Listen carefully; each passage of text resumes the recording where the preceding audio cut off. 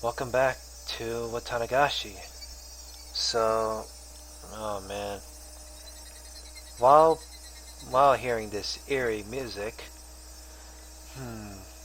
well, the mayor gone missing, and I don't know about Rika-chan, so I'm a little bit concerned on that one. But I know it's going to be very bad. So let's go on chapter 10. After hanging up on Shion, I searched for Rika-chan's phone number on my school's contact list. There it is. My fingers trembled with urgency, and I failed multiple times to put in the simple 5-digit number. Keiichi, are you calling someone at this hour? It's late, and it's being rude to the other person. That doesn't matter right now. I shouted angrily at my mother, listening to the dial tone. Pick up, come on, pick up.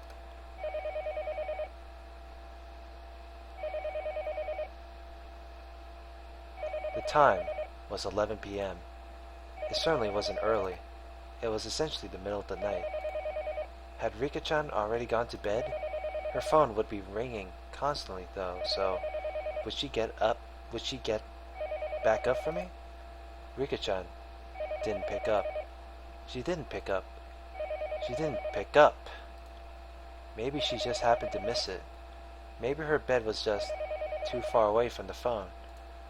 The sound of a phone ringing gets clearer and clearer the longer you go on sleeping.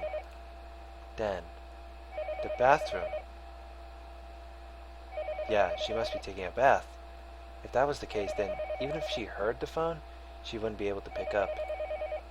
It was a little late to be taking a bath, but it was possible she normally took baths right before going to bed. I'll wait 30 minutes, then try calling again.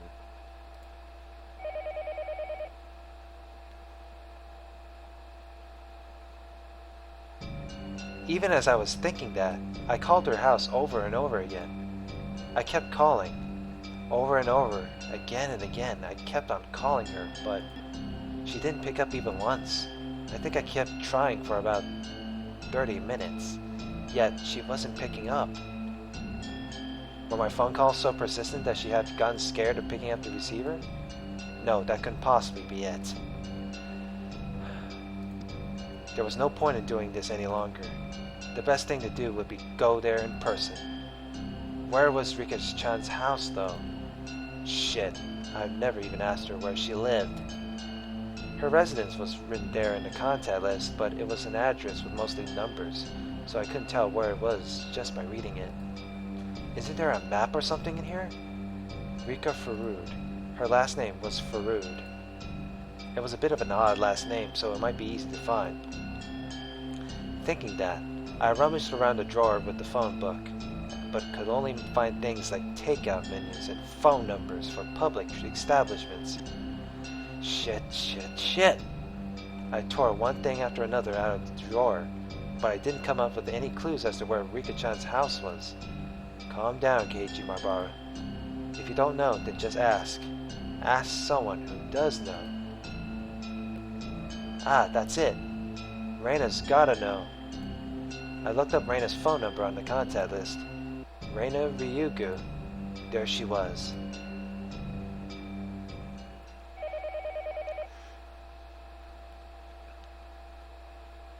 Hello? This is Ryugu. It was the voice of a grumpy-sounding man. It must have been Reina's father. I am calling in the middle of the night. I need to be polite. I'm sorry for calling so late at night. This is, Maibara. Is there any chance Reina-san is around? Reina is taking a bath. Oh, she's done? Reina, there's a friend of yours on the phone. Oh, right. Reina Ryugu was her real name, wasn't it? I'd gotten so used to calling her Reina that hearing her real name caught me a little off guard. Hello? This is Reina. Ah, it's me, Keiichi. Sorry for calling so late. Huh? Keiichi-kun? What do you need at a time like this? Well, actually, I wanted to know where Rika-chan's house is. Reina seemed a little appalled that I called her for something like that at this hour. However, she spoke her next words seriously, as if she caught on to how urgent my need was. Okay, sure. You know the assembly hall on the grounds of the Farood Shrine? There's a 2-story shack used for storage behind it. That's where she lives. I couldn't immediately visualize the place, but as long as I knew she lived on the shrine grounds, I just had to take a look around. Got it. Thanks. Sorry again for calling so late. Apologize to your dad for me too, would you? Okay, but Keiichi-kun, why do you want to know where Rika-chan lives? Reina asked in an unusually sharp way, halting me before I could hang up the phone. I hesitated for a moment about whether to tell her. He was killed because I told him. Keiichi-kun? If you're still listening, could you answer me? Why are you asking where Rika-chan lives at a time like this? Reina affected her usual tone, but beneath her words lay a certain tension, like she'd intuitively sensed something was going on. What will you do, Keiichi? If it's Reina, can't I tell her? He was killed because he found out. I revealed everything, so he was killed. Keiichi-kun? Reina is being serious. Please answer me. Reina asked me once again in a tone so forceful I couldn't imagine her ever using it normally. I was taken aback by her vigor. Reina was Rika-chan's friend too. She had the right to be concerned about Rika-chan disappearing. If I told Reina, then, even if only for a moment, I could drive away my horrifying fears.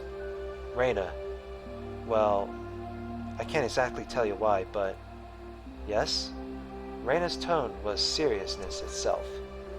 Just from that tone, I could feel her saying, no matter what you say, Keiichi-kun, I'll believe you. That subtle sense of security gave me the courage to reveal the truth. I have a feeling that Rika-chan is in danger. You mean like a premonition? Or do you have some reason to believe she's in danger? I really didn't have time to go back and forth with Reina about this. Still, I think listening to her calm voice soothed my pointless impatience. I don't have much reason, but yet I still hesitated. I had told Rika-chan that we had snuck into the ritual storehouse. The mayor to whom Shion had confessed before that the mayor to whom Shion had confessed before that had already disappeared. So, it was possible that Rika-chan also... I didn't know how to explain it to Reina. While I was tongue-tied, Reina spoke up. Sorry for asking something so weird. I thought about it, and it isn't like you need to be sure. Reina laughed a little, seeming a bit absent-minded. I wasn't exactly in the mood to laugh, so this time I was dumbfounded. Reina continued in a cheerful yet still purposeful voice. You're worried about a friend. I don't think you need a reason to go and check on them. Even if Rika-chan was asleep and you ended up waking her up, if that was why you did it, then none of us would get mad. Reina, thank you. Okay then, Keiichi-kun, just one thing. You called Rika-chan's house, right? Then you just couldn't get through, so that's why you asked me where her house is? Yeah, that's right. I must have called her for over 10 minutes. She could just be sleeping and not have noticed. Rika-chan's house is really small. She would definitely hear the phone ringing even if she was asleep. Satoko-chan is there too, so there's no way neither of them would notice. Huh? Satoko, you mean she's living with Rika-chan? Yeah. You didn't know? Well, we can't talk about that later. Anyway, if you called that much and no one answered, then something's definitely wrong. Reina understood that the situation wasn't normal far faster than I could have ever imagined her to. It made her seem dependable. However, the fact that Reina had acknowledged this also meant that the best case possibility of it all just being the result of my own needless fears went out the window. I'll go to Rika-chan's house right now. Will you come with me? I could show you the way. Sounds good. Let's meet up at the same place as usual. I'll be waiting for you. No, wait. I'll come get you at your house. You just wait there. And tell your family you're coming with me to Rika-chan's house, okay? Will that be okay? We might lose time if you come here. Did you call Mi-chan too? She's really dependable at times like these. If you haven't, then I'll give her a call. My thoughts froze for a moment. Shion had just told me to be careful around Mion during our phone conversation a little while ago. If the Sonozaki main house was somehow lurking behind the surface of the annual freak deaths, then the current heir to the family, Mion, wouldn't be uninvolved. So wouldn't that mean she wasn't uninvolved in what happened this year to Takano-san and Tomotaki-san, and also the mayor's disappearance? Okay, bye. I'll be right over. Wait for me. That's all Reina said before hurriedly hanging up. Now wasn't the time to be doubting Mion. I needed to make sure Rika-chan was safe.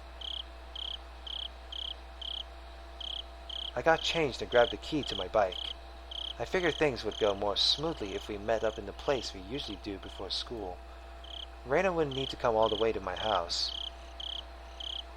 My parents would probably have objected if I told them I was leaving, so I creeped out without a word. The night was unusually warm and disagreeably humid. No cool air, really?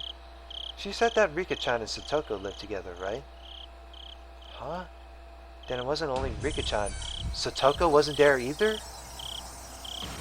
Realizing what them living together really meant caused my thoughts to immediately take a turn for the worse. That can't be. She's got nothing to do with any of this. Even if there were a reason for Rika-chan to disappear, there shouldn't be one for Satoko. Keiichi-kun! Reina was really fast. She approached me on her bike, at an amazing speed. Her breath was ragged, painting a clear picture of just how hurriedly she'd been going. Hey Reina, let's get going. Keiichi-kun, I thought I told you to wait at your house. Reina's expression was all business. Was she mad? It came out of the blue and I faltered for a moment. Well, I just figured it would be faster to meet up here. Keiichi-kun, don't you get it? Reina shouted, clearly angry. I'd never seen Reina like this before. Uh-oh. Okay, now it's creeping me out now. Do I get it? What's the problem? Reina seemed to notice she was scaring me. Took a couple of deep breaths, then continued as if admonishing me, but her expression didn't soften at all. Keiichi-kun, the whole village is in an uproar now that the elder disappeared, right? Yeah.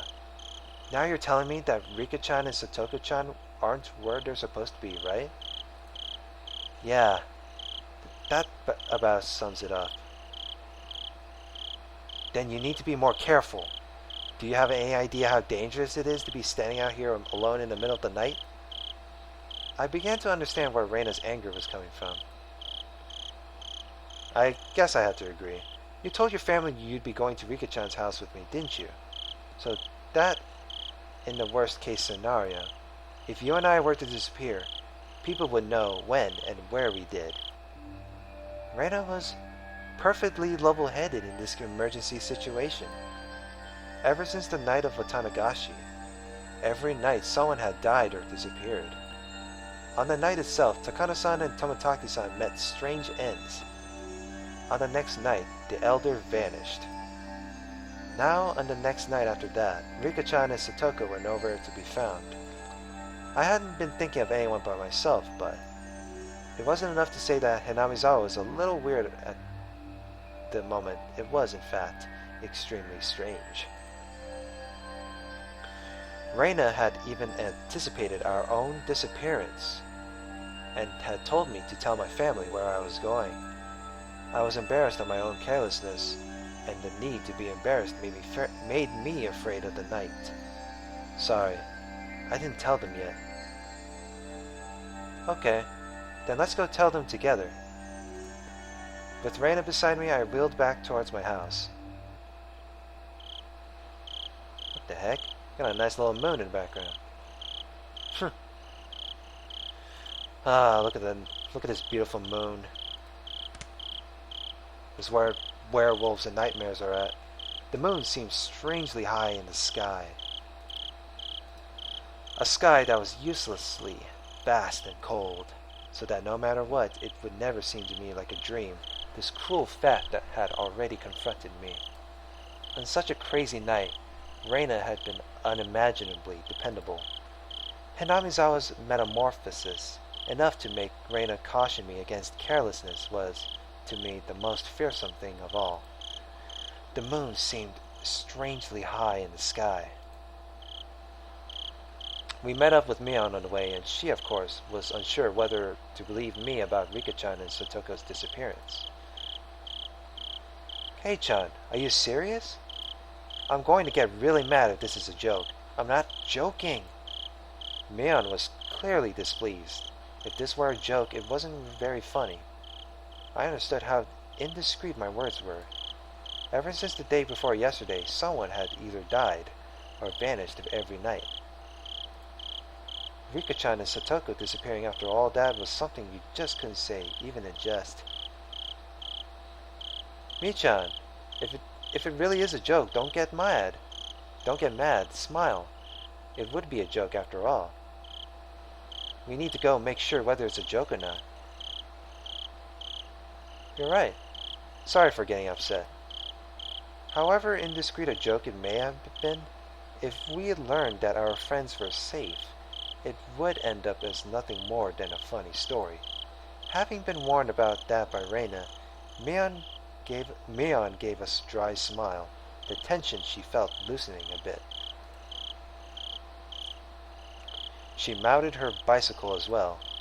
Our 3 bicycles' lights flashed down the pitch-black roads. They were some of the only illumination outside. Hey-chan, why did you suddenly decide to call and ask about Rika-chan's house at a time like this? Mion asked me the same thing that I had trouble explaining to Reina. Would it be weird to call it a premonition? I couldn't quite tell because it was dark, but I thought I could see Mion smiling very ambiguously. I definitely understood that she wasn't convinced, though, despite the darkness. Well, I had this bad dream while I was snoozing, and I couldn't get it out of my head. So, did Rika-chan get kidnapped in a dream? Well, it was more of a vague feeling, sort of thing. If Rika-chan had answered the phone, I would have called you and Reina after that. Lies smoothly babbled out of my mouth, makeshift though they were. I was lying because I thought telling them I was connected to Shion would be like silently admitting we'd stolen into the ritual storehouse together that night. Mion didn't press me any further. I don't know whether that convinced her, or maybe she figured that making sure Rika-chan and Satoko were safe would be faster than making an issue out of it. I felt relieved, and immediately a little guilty. Mion hadn't really been acting any differently these last few days, but I'm still trying to distance myself from her for some reason. It was only because of what I heard from Shion and Oishi-san that she was the successor to some kind of super extravagant gang family. No. Was I just trying to force myself to forget? Don't do that, Keiichi Marbara. Wasn't it Mion who was the first to ask about the Ch.2 Watanagashi? In such a harsh tone, at that? Have I already forgotten the terror I felt? At the time, Mion looked like someone different from the Mion I knew. When I think about that Mion, then Shion and Oishi-san's descriptions of Mion made a tiny bit more sense. That's it, isn't it? If it wasn't for how she acted that day, then I wouldn't be feeling this way towards her now. What on earth was going on with her back then? I was conveniently thinking only of everything she had done after that, while disregarding the very first thing, the thing I should have been looking at most, wasn't I? Mion was pedaling her bicycle in front of me.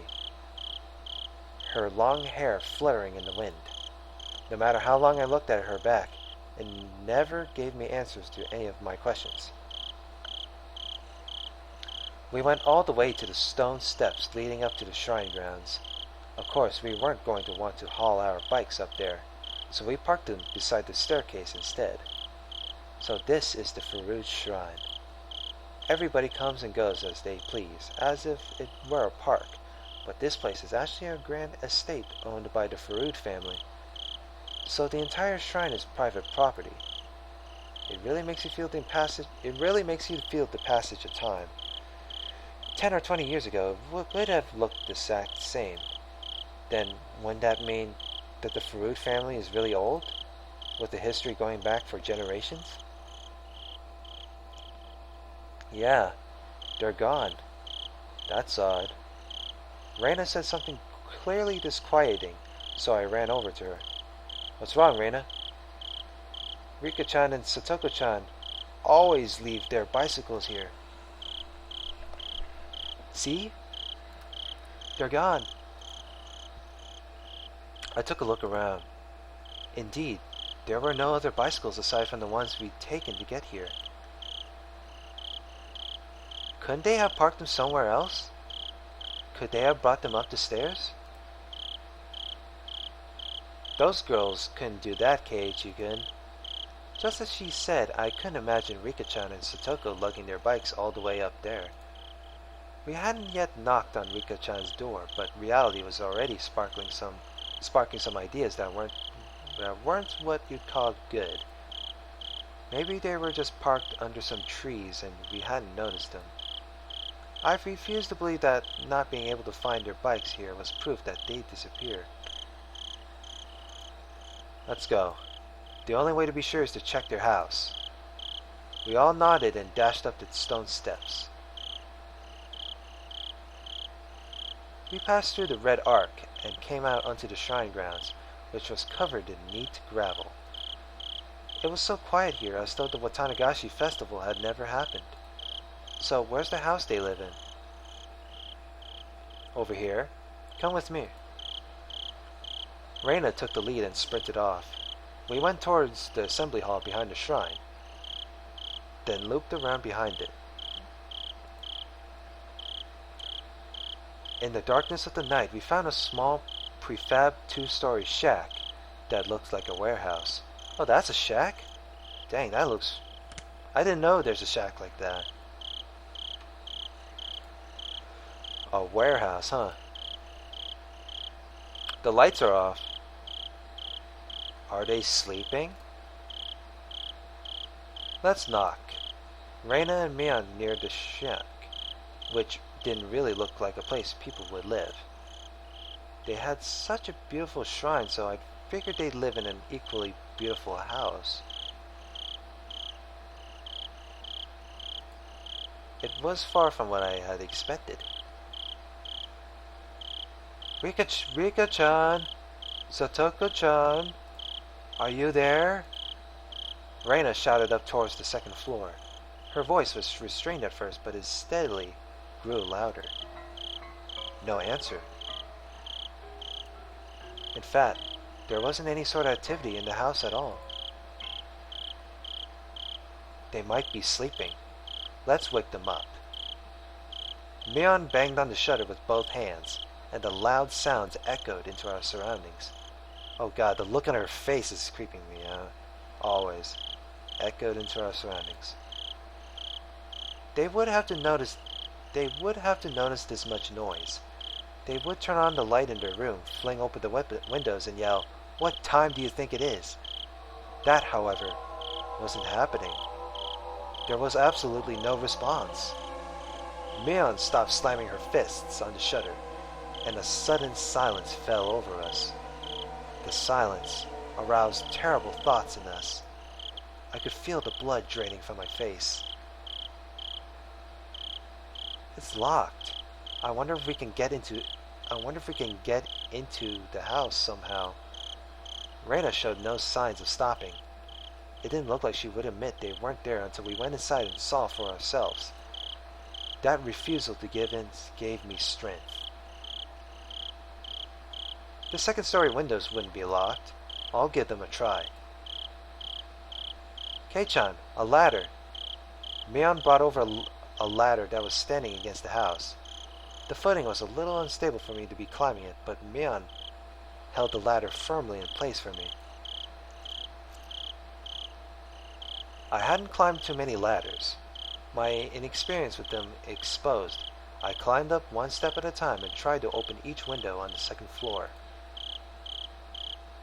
Mi-chan, I'm going to go check the main house just to be sure, okay?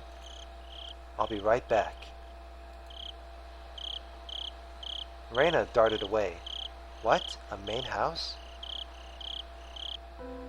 It's the Furud family's actual house. After her parents passed away, I think it's been left like that. Ah, right. Rika-chan's parents, they passed away, huh? At that point, I recalled something else. Wasn't Satoko living here too? Satoko's also an orphan. Her parents fell from a cliff because of a Yashiro-sama's curse. Then, her older brother, Satoshi-kun, he disappeared. Satoshi, I've heard that name before. I remembered. He was the one who disappeared last year because of the curse. Ever since then, Satoko and Rika-chan have been living in this shack. Neither of them has any family, but at least they're together. They help each other out. Reina said main house, didn't she? Wouldn't it be easier to live there? The curtains were drawn, so I couldn't get a good look inside to see, but two young girls living together seemed like a pretty tough life. I think she tried that at first. She said it was hard, though, because it reminded her of her parents. I had no idea. I feel really bad for them. They were normally so cheerful at school that I never even realized an atom at this. Rika-chan and Satoko-chan, they have it hard, huh? She's cursed. Huh? Suddenly, Mion said something in such a low voice that it sounded like she was really cursing someone, and I didn't let it slide. I turned around on the ladder to face her and asked again, Mion, what did you just say? I said she's cursed. No, you gotta be kidding me. Mion, still holding onto the ladder, brought her head up to look me in the eyes. As soon as our eyes met, an absolute zero jolt of electricity surged through my body. Let me guess, is it going to creep me out so bad? Mion's eyes clouded over, and within them boiled and bubbled a stew of chaos. They rolled around and around like a raging sea, and bubbles floated to the surface. I had at some point been trapped on this ladder, like being cornered on a dead-end street. Mion, why are you making that face? I intended to follow that up, but you're going too far with this joke and give her a forced smile. However, on such uneven footing as I was, the only thing that came out of my mouth was a hoarse groan as I desperately struggled to not let nausea overwhelm me. Satoko Hojo, she's been cursed by Oyashiro-sama. Mion answers with a response to something I never asked, as if replying to somebody else's question. The only people who fell from the park observation platform were her parents. Only her parents, who treated her like dirt, died that day. She was the only one to survive. Then she was sent to live with her aunt, who treated her cruelly, and the aunt was killed on the night of Watanagashi by some deviant, who beat her to death so violently her brains were everywhere, and her head an entirely different shape by the end of it. Then Satoshi-kun, who always protected her, he suddenly disappeared on her birthday. Someone made him disappear, even though he wasn't abusing her. That makes no sense. Her brother is more caring. Why would he disappear? The police judged him to have run away from home, but Satoshi-kun wasn't the kind of person who would do that. He was always earnest. He would never ask for anyone else's help. He would always drag himself through everything with hard work alone. He worked so hard he nearly ground his bones into dust, all for his one and only little sister, and yet someone made him disappear. She was the only thing he lived for, and yet someone made him disappear. Poor, poor Satoshi-kun. He was never rewarded, that Satoshi-kun. How ungrateful that child is. She is cursed. All who get near her suffer the same fate. The curse kills them, or the curse makes them disappear. She cannot have any relief. She cannot have any relief. It's probably Satoko's fault that Rika-chan disappeared too. It has to be it. It has to be it. It has to be it. Has to be it. Has to be it. Has to be it. Has to be it. Has to. Mion was mumbling words over and over that were no longer coherent. Her shoulders were trembling so hard that I could feel it through the ladder. I almost lost my footing, which made me realize just how far away the ground really was. Calm down, Mion. I don't know what you're talking about. I wasn't sure if she even heard me. Mion rocked back and forth, and that rocking and trembling was becoming even more violent. Help me. The ladder. It's falling. Help me. Help. Just then I heard the sound of many people running towards us. Oh, hey. Over here. I very nearly said, help me outright. 4 or 5 adults, led by Reina, ran over here with flashlights. Keiji-kun, Mi-chan, sorry I took so long. I borrowed the key. Oh, nice one. Oh wow, she went back to normal for a moment. Seems all the windows and doors are perfectly sealed. I was getting worried. When I heard Mion talking like nothing had just happened, I again felt a chill run through me. The person currently holding the ladder in place, it was definitely Mion. It was the real Mion Sonozaki. Then, the person muttering to themselves just a few seconds ago. Who was that? The person who was mumbling about terrible things like curses. Who was that?